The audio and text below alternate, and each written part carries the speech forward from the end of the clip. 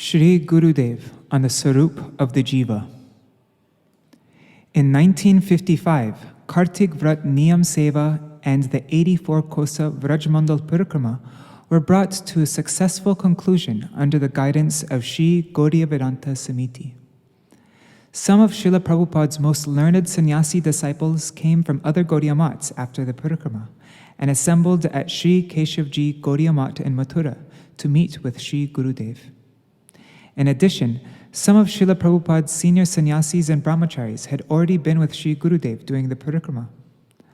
Consequently, since so many godbrothers had come together in one place, a special Ishta Goshti took place, in which many prominent sannyasis and brahmacharis were present, along with Shri Gurudev. They included Prapujyacharan Shri Srimad Bhakti Rakshak Śrīdhara Mahārāja, Shri Srimad Bhakti Bhudev Shroti Mahārāja, Shri Srimad Bhakti Vichar Yayavar Mahārāja, Shri Srimad Bhakti Dait Madhav Mahārāja, Shri Narthamananda Brahmachari, Shri Srimad Bhakti Kamala Madhusudan Mahārāja, Shri Mahananda Brahmachari, Shri Srimad Bhakti Alok Paramahansa Mahārāja, Shri Srimad Bhakti Vikash Hrishikesh Mahārāja, Shri Srimad Bhakti Vigyana Ashra Mahārāja, Shri Srimad Bhakti Prapanna Damodar Mahārāja, and Shri Srimad Bhakti Jivan Janardhan Mahārāja. The youngest in that assembly, Shripad Bhakti Vikash Hrishikesh Mahārāja, was very inquisitive about tattva. Full of humility, he folded his hands and said, "For a long time I have had a doubt about the Svarūpa of the Jīva. I have scrutinized many Gosvami literatures, and I have also asked my senior godbrothers. But so far, my doubt has not been dispelled. In Sanatan Shiksha and Sri Chaitanya Charitamrita, Madhya Lila 20:108, it is stated that the Jīva is Krishna's Nitya Das and has manifested from Krishna's Tatastha Shakti. Jīvera Svarūpa hoy Krishner Nitya Das, Krishnera Tatastha Shakti Bheda Bhed Prakash." From this verse, it seems that the quality of being the servant of Krishna is eternally latent in the very constitution of the living being. Consequently, his service, his name, his form, and so on must be present in some form or other in his constitutional nature, which is now covered by Maya. However, it can also be said that since the Jīva is a transformation of Tatastha Shakti, his Svarūpa should also be Tatastha. Guru Krishna Prasade Pai Bhakti Lata Bij. By the mercy of Guru and Krishna, the living being receives the seed of the Bhakti creeper. Shri Chaitanya Charitamrita, Madhya Lila 19:151. From this point of view, it seems that the Jīva is constitutionally an infinitesimal particle of consciousness who obtains the Bhakti Lata Bij by the mercy of Guru and Krishna. In that case, the nature of his perfected condition will be in accordance with the nature of the seed he receives. Srila Narottam Das Thakur also supports this idea in Sri Prem Bhakti Chandrika. Sadhane babi bojaha siddha dehe pabotaha ragapatere se upay.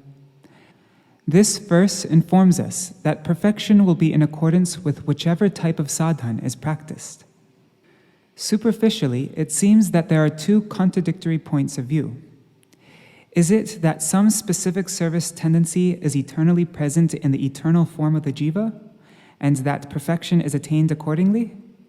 Or is it that one's method of devotional practice determines the perfected condition that one finally attains? Please kindly clear up my confusion in this matter. When Prapujyacharan Jajavar Maharaj Ji heard this question, he became overjoyed and humbly requested Pujapad Shri Srimad Bhakti Rakshak Śrīdhara Maharaj to answer. Prapujyacharan Śrīdhara Maharaj was highly knowledgeable in the Vaishnava scriptures and was an erudite philosopher. He began to answer this profound question. The nature of the living entity is compared to an atomic conscious particle of the spiritual sun, Sri Krishna. The living being has been described in the Gosvami literatures as the Vibhinangsha Tattva of Brahma. The meaning of Vibhinangsha Tattva is that when Bhagavan, who possesses the potency to make the impossible possible, Aghatana Ghatana Patiyasi Shakti, is equipped only with his atomic conscious Jīva Shakti, then his expansion, Angsha, is called Vibhinangsha Jīva. However, when that same Bhagavan is replete with all of his potencies, then his expansion is called Swangsha. Thus, the Vibhinangsha Jivas are eternal. It is certain that their methods of Bhagavat Seva and their names, forms, and so on are inherent. Yet the Jiva's transcendental form and characteristics remain concealed because he is covered by Maya. By the grace of Bhagavan, one's inherent Svarūpa becomes manifest as one performs bhajan in the company of saintly persons, sadhus, and becomes freed from Maya. It is also certain that, unless one has sadhu sangha, release from Maya and the manifestation of the Svarūpa are both quite impossible. For this reason, sadhu sangha is absolutely essential. It is inconsistent to suppose that the Svarūpa of the Jiva manifests according to the type of sadhu sangha one has. For example, not even the association of Sri Chaitanya Mahaprabhu and his associates could change the hearts of Anupam Gosvami and Murari Gupta. Murari Gupta is considered to be Hanuman, Sri Ramachandra's associate. Sriman Mahaprabhu pointed out to him that Sri Krishna is adorned with more sweetness than Sri Ramachandra, and furthermore, that Sri Krishna is also the origin of all incarnations, the avatari. After hearing from Mahaprabhu, Murari Gupta vowed to give up Sri Ramachandra and to perform Krishna bhajan. But when he came before Sri Mahaprabhu the next day, he began to cry, saying, "I took a vow before you to worship Sri Krishna, but I could not sleep the whole night.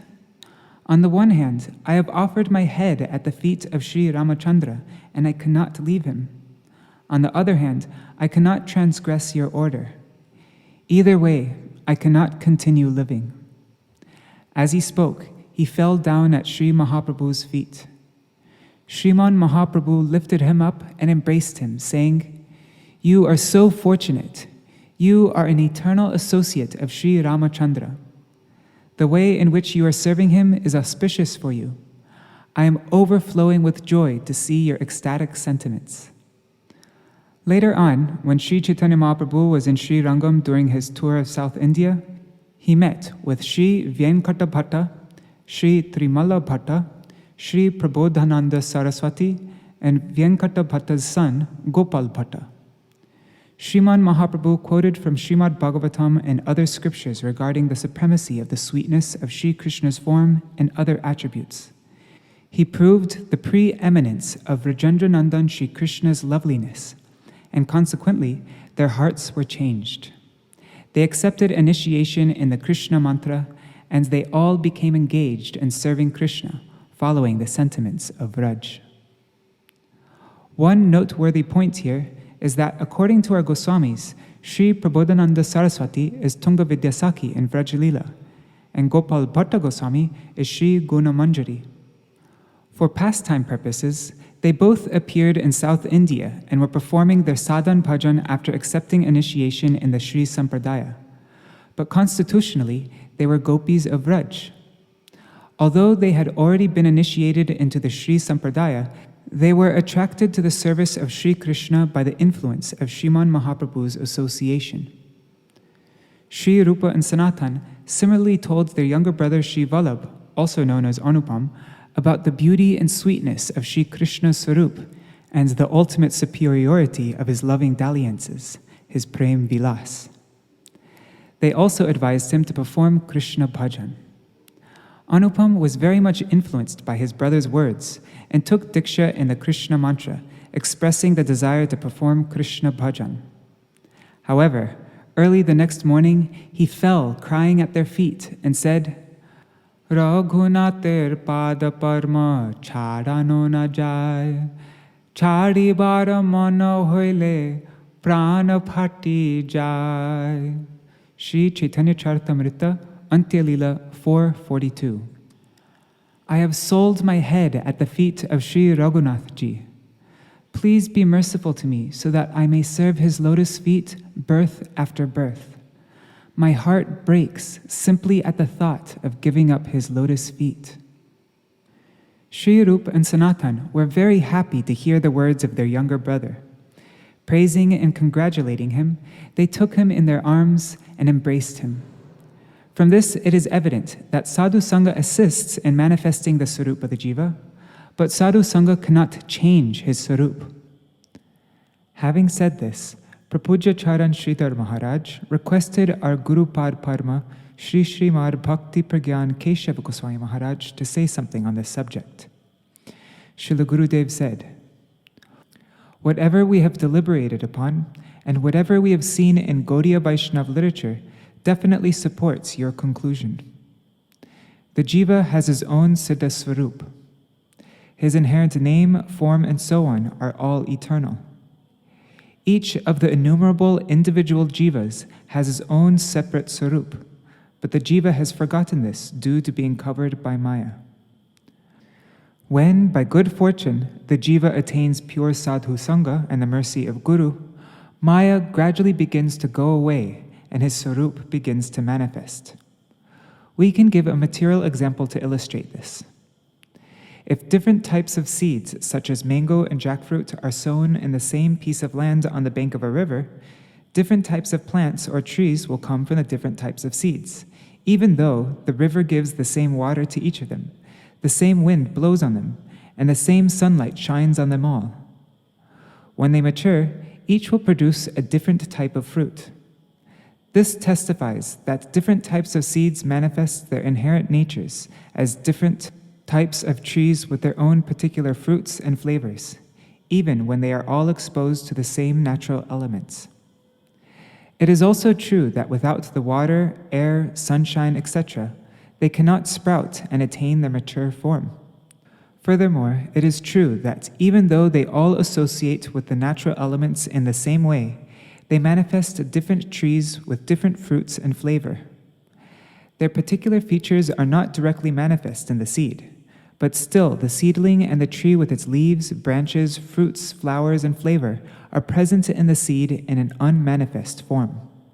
We never see a deviation from this. In the very same way, everything, the Jīva's constitutional name, form, bodily limbs, and nature, are present in an unmanifest form within him. When the essence of Hladini and Samvit arises in the heart of the Jīva by the association of bona fide Guru and Vaishnavas, then the Jīva's constitutional form, whatever it may be, gradually begins to manifest. We can give another material example. At the time of the stellar constellation known as Swati, raindrops falling on an oyster produce a pearl, on a banana tree, camphor, on a snake, a precious jewel, on an elephant, the Gajamukta, or elephant pearl, and when they fall on the hoof of a cow, Gorochana, a bright yellow pigment is produced. One type of water causes different substances to manifest because of the different receptacles. Similarly, when different disciples are influenced by the association of one Guru or Vaishnava, they manifest service moods and different rasas and varieties of spiritual perfection. In Jaiva Dharma, Sri Vrajanath and Vijay Kumar heard everything from the same Guru, Raghunath Das Babaji. Still, their respective tastes manifested differently. They both attained perfection, but for Vrajanath it was in Sakyaras, and for Vijay Kumar it was in Madhur Ras. According to Sri Brihad Bhagavatamrita, when Sri Narad Gosvami and Sri Uddhav saw Gopakumar, they ascertained that he was constitutionally an associate in Sakyaras. He had the association of Sri Narad Gosvami, Uddhavji, Hanumanji, and others, but no one's influence changed his natural Sakya Bhav. If association could change one's inherent service, then why didn't the Gopis' association change Uddhav's Svarūpa? Srimati Yashoda also associated with the Gopis, but her Svarūpa did not change. The confidential purport is that in the stage of practice, the sadhak performs sadhan bhajan according to his association, as long as he does not realize his Svarūpa. However, When his anarthas have gone, his inherent mood appears in the form of some particular taste, ruchi, and begins to reveal his identity. Sri Gurudev notices his natural taste and merely indicates his relationship and 11 types of bhav, thereby enabling him to make progress in bhajan. Sometimes a sadhak who by nature is of a higher ras can engage in service in a lower ras by the association of devotees in dasya and sakya ras. However, when he is not satisfied and later comes into higher association, he will give up the previous moods and attain his inherent bhav. The opinion of Sri Bhaktivedānta Thakur, the 7th Gosvami, is quite clear on this matter. In his explanation of the verse Cheto Darpana Marjanam, Sri Shikshashtak 1, he has written, Cheto Darpana Marjanam ityadina jivasya svarūpa tattvam vivrittam tata shima jivana charana jivakya samashta shakti vishishtasya parama tattvasya kalvangsha eko jivaha tata Srimad Vedanta bhashakaropi vibhu chaitanyam mishvaro nuchaitanyam jivaha nityam jnanadi gunakatvam asmadartatvam chobhayatra jnanasyapi gyatritvam prakashasya rave prakashakatva vada viruddham etena jivasyanutvam chit svarupatvam shuddha ahankara shuddha chitta shuddha deha vishishtatvam cha gyapitam paresha vai mukhyat bahiranga bhava vishtatvacha shuddha ahankara gata shuddha chittasya vidyamala dushanamapi suchitam. The correct conception of Svarūpa Tattva of the Jīva has been given in the verse Cheto Darpana Marjanam. Srila Jīva Gosvami's conclusion on this subject is that when the Supreme Absolute Truth is equipped with the sum total of the Jīva Shakti, his minute expansion is known as a Jīva. Sri Baladev Vidyabhushan, who compiled the Sri Govinda Bhashya on Vedanta Sutra, is of the same opinion. Ishwar is the supremely conscious being, Vibhu Chaitanya, whereas the Jiva is a minutely conscious being, Anu Chaitanya. Ishvara is eternally radiant with all auspicious and unlimited transcendental qualities. He has a completely pure ego. He is both the knower and the embodiment of knowledge. Similarly, the Jiva also has his own pure Svarūpa. Most of the qualities of Ishwar are also partially present in the Jiva, and he has a pure ego. This conception is not opposed to logic, for the qualities of the sun are also seen in the atomic particles of sunshine. And similarly, the qualities of the Supreme Truth are also observed to be partially present in the Jivas. But because the living being is averse to the Supreme Controller, his pure Svarūpa is concealed by Maya. Conversely, when he becomes inclined towards the Supreme, the curtain of the covering potency Maya is withdrawn, and the Jiva's pure Svarūpa and qualities are then uncovered. Immediately thereafter, he has the direct perception of his own Svarūpa. From this conclusion, it is evident that the Jiva is an infinitesimal atomic particle of consciousness. He has an inherent spiritual identity, Chinmaya Svarūpa, in which his pure ego, pure consciousness, pure form, method of service, and so on are definitely present. Shravana kirtanadi sadhana samaye yada shuddha bhaktir udeti tada svasya viddatvam parihritta vidyaya chidetara vitrishna janani sapi jivasya stula lingamay sopadhika deha dvayang vinashya tasya sarupagata shuddha chitta dehang adhikara bhedena madura rasasvadana yatanam gopika deham api prakatayati. As the sadhak jiva goes on hearing and chanting, pure bhakti appears in his heart, and the function of the essence of Hladini and Samvit, known as Bhakti Devi, removes all desires and aspirations except for the service of Bhagavan. After all ignorance is dispelled, the jiva's gross and subtle coverings are both destroyed by the vidya vritti, the function of the knowledge potency. At once, the Jiva's pure, constitutional, transcendental body appears. Those who are eligible to taste madhur ras attain the purely spiritual body of a gopi. Now it is necessary to reconcile two considerations. In Sri Prem Bhakti Chandrika, we read, Sadhane babibe jaha, siddha dehe pabotaha. Whatever one contemplates during the practice of devotional service will certainly be achieved upon attaining one's perfected spiritual body. Hari Bhakti Sudadhoy 851 states, Yasya yat sangati pungso manivat syat satar gunaha. According to the living entity's association, he takes on certain qualities, just like a jewel reflects those objects close to it. This does not mean that the Svarūpa of the Jiva is like spotlessly clear crystal, and that his Siddha Svarūpa appears according to association. Rather, when the conditioned soul performs the activities of Shuddha Bhakti, such as hearing and chanting in the association of a bona fide Guru and Vaishnavas, the contamination of ignorance, anarthas, and so on is cleared by the influence of that Svarūpa Siddha Bhakti, and a semblance, an abhas, of the natural characteristics of the soul begins to manifest. Only for such a sadhak has Srila Rupa Gosvami given the instruction to associate with Vaishnavas who are svajatiya ashaya snigdha, who are affectionately disposed, snigdha, towards one, and who are svajatiya ashaya, established in the same mood of loving service for which one aspires.